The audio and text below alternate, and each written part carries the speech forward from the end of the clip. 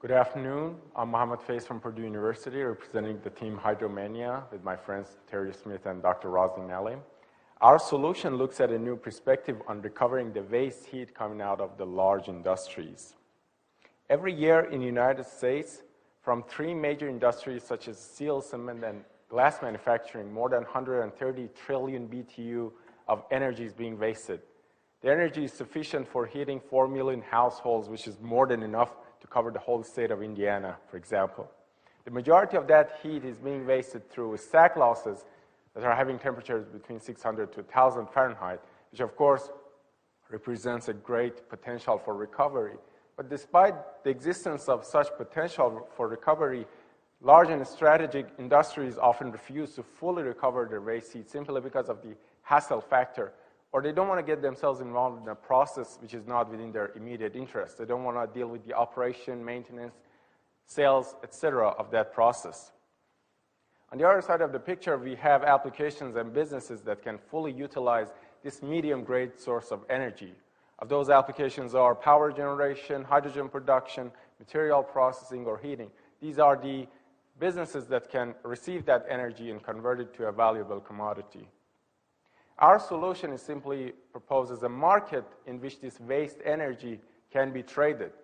So for the entities and companies involved in this market, they are responsible for purchasing the waste heat from large industries and safely and securely deliver that energy to any potential consumer who lives at the vicinity of that large facility, or even the startup companies who wants to be established based on this source of power.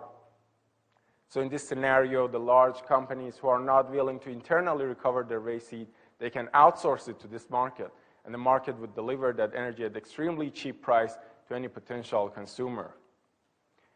As the primary step towards the implementation of such idea and promotion of such market, our solution encourages the involvement of federal government. For example, government in the state of Indiana can reach out to a steel mill in Gary, Indiana, and purchase their waste heat for, let's say, 5 years, and deliver that energy as a subsidy for any potential investors who wants to invest in clean electricity generation at the vicinity of that steel mill.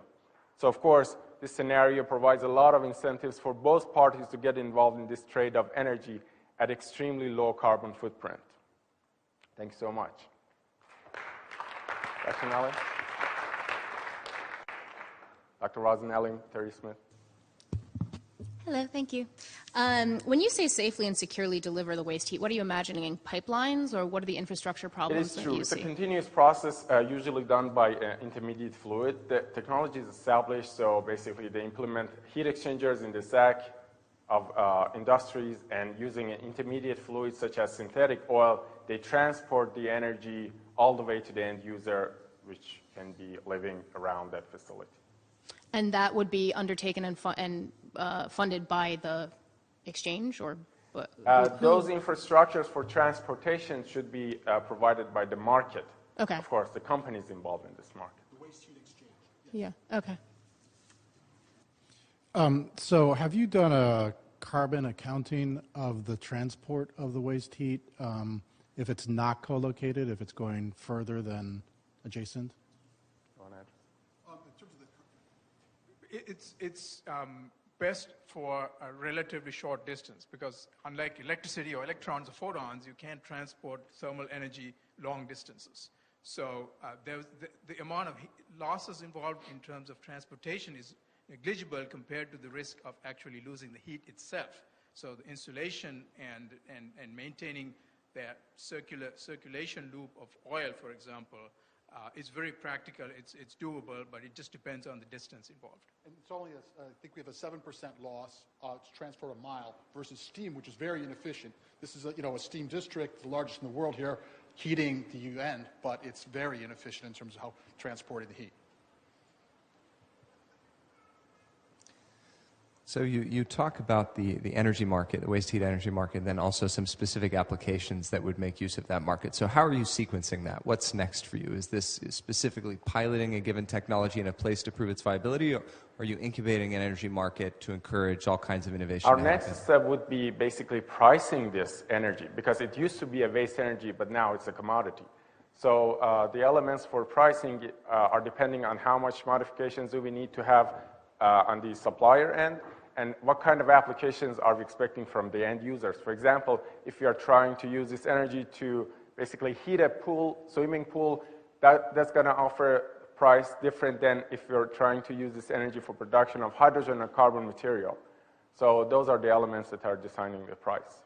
In terms of the return on the public capital, which is what we're carefully measuring with this waste-to-energy market, providing unique and revolutionary transparency across all of the waste-energy sector, what we'll be able to do is able to prove to people that, like the pool model, about 10 years to replace the cost of building that pipe out. But the hydrogen, we about 2 years is what we came up with. I think that's true. So we're able to get a return, and they will have priority access to the waste heat energy. So that's how we determine fairness to access to this waste heat energy, a valuable public resource. Thank you very, very much. Thank you. So that concludes the